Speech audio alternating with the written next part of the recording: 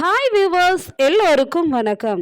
இன்னைக்கு சின்ன மருமகள் தொடர்கதையில் சேது குழந்தைய பார்த்துட்டு கொஞ்சம் கொஞ்சம் கொஞ்சிறாரு. இனிமே இந்த குழந்தைய நான் தான் கூட வச்சுப்பேன்.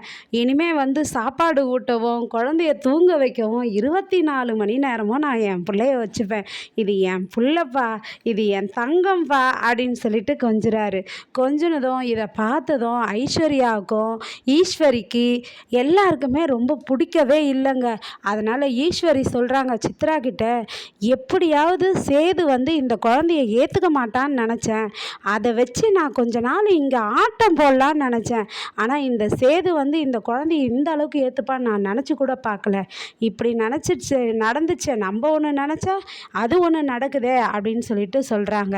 அதுக்கப்புறமா சேது மலர் குழந்தைக்கு புட்டிப்பால் கலந்து கொடுக்க போகும்போது சேது அப்பப்பப்பப்பா ஒரு பிள்ளைய எப்படியெல்லாம் கொஞ்சறாரு.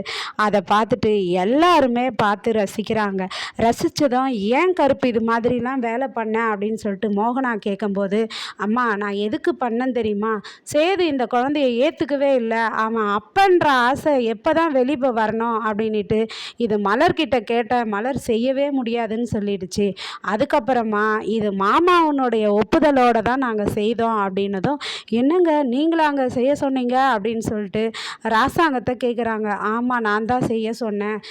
ஏன்னா மாமாவுக்கு இருக்கிற செல்வாக்கு எல்லாரையும் வச்சு இந்த போலீஸும் மாமாவுக்கு ஹெல்ப் பண்ணாங்க. ஹாஸ்பிட்டல் செட்டப்பு எல்லாமே மாமா சொன்னதுனால தான் பண்ணாங்க அப்படின்னு கருப்பு சொல்கிறாரு. கருப்பு சொன்னதும், மாமா நீ இந்த அளவுக்கு பண்ணுவேன்னு சொல்லிட்டு நான் நினைக்கல மாமா அப்படின்னு சேது சொன்னதும், என்னை மன்னிச்சிரியா மாப்பிள்ளை அப்படின்னு சேதுக்கிட்ட மன்னிப்பு கேட்டு அப்புறம் சேதும் அவரை கட்டி பிடிச்சிக்கிட்டு அழுகுறாரு. ஆனால் இது கொஞ்சம் கூட பிடிக்கல ஐஸ்வர்யாவுக்கெல்லாம். அதுக்கப்புறமா சேது இந்த குழந்தைய கூடவே வச்சுப்பேன்னு பிளான் பண்ண பிறகு அவர் கூடவே தான் வச்சுக்கிறாரு. அப்புறம் மலர் என்ன பண்ணுறாங்கன்னா, இந்த தமிழ்ச்செல்விக்கு கால் பண்ணுறாங்க. சாரி தமிழ், உங்ககிட்ட நாங்கள் இந்த நாடகத்தை சொல்லாமல் விட்டுட்டோம். நானும் கருப்பண்ணனும் சேர்ந்து தான் இந்த நாடகத்தை பண்ணோம். அப்பான்னு ஏற்றுக்கவே இல்லை சேது மாமா. ஆனால் இப்போ அந்த குழந்தைய ஏற்றுக்கிட்டு ஒரு நிமிஷம் கூட பிரிய மாட்டேங்கின்றாரு அப்படின்னு சொல்கிறாங்க. அப்போ தமிழ்ச்செல்வி கோவமாக பேசுகிறாங்க. என்னதான் இருந்தாலும் என்கிட்ட சொல்லியிருக்கணும்ல நீ, ஏன் நான் எப்படியெல்லாம் கஷ்டப்பட்டேன், எப்படியெல்லாம் வேதனைப்பட்டேன் என் பிள்ளைய காணோன்னதும், அவங்க ஏற்றுக்காத்துக்கு இப்படி ஒரு நாடகம் நடிப்பீங்களா அப்படின்னு சொல்லி கேட்குறாங்க தமிழ்ச்செல்வி. சாரி தமிழே, என்னை மன்னிச்சிரு தமிழன்னு மலர் மன்னிப்பு கேட்குறாங்க. அதுக்கப்புறம் சேது அவருடைய குழந்தைய தூக்கிட்டு போய் அவர் பெட்ரூமில் வச்சுக்கிட்டு கொஞ்சறாருங்க. கொஞ்சும்போது இது ஐஸ்வர்யாவுக்கு ரொம்பவும் பிடிக்கவும் இல்லை. அதனால் எல்லாருமே பேசுகிறாங்க, சேது தான் குழந்தைய 24 மணி நேரமும் வச்சுப்பான், மலருக்கெல்லாம் தர வேண்டாம் அப்படின்றாங்க. அப்போ மலர் என்ன சொல்கிறாங்கன்னா, என்ன அத்தை நீங்கள் பேசுகிறீங்க, அழகாக சேது மாமா தான் குழந்தைய 24 மணி நேரம் வச்சுப்பாருன்னா எனக்கு ரொம்ப சந்தோஷம்தான், அவருடைய மகன் தானே, அவர் வச்சுக்கிட்டுமே அப்படின்றாங்க.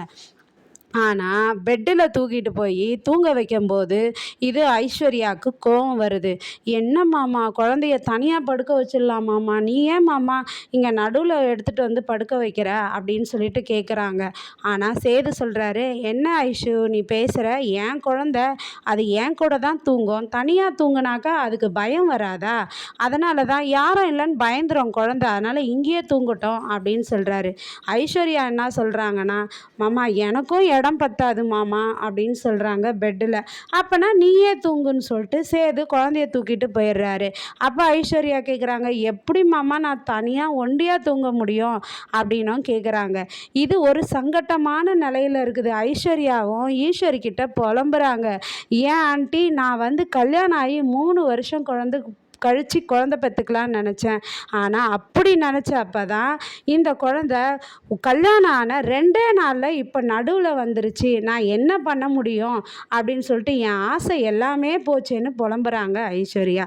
ஆனால் அவங்க வாழ்க்கையில் இன்னும் என்னென்னலாம் சோதனை நடக்க போகுதுன்னு தெரியலங்க. தமிழ்ச்செல்வியா நைட்டிலேயே இருக்கிறவங்க திடீர்னு புடவை கட்டிக்கிட்டு வெளியே கிளம்புறாங்க, அவங்க அப்பா அம்மாவையும் கூப்பிட்றாங்க. ஆனால் வெளியே போயிட்டு எங்கே போக போகிறாங்கன்னு நாளைய கதையில் பொறுத்திருந்து பார்ப்போம். அதுவரையும் காத்திருப்போம். நன்றி, பாய்.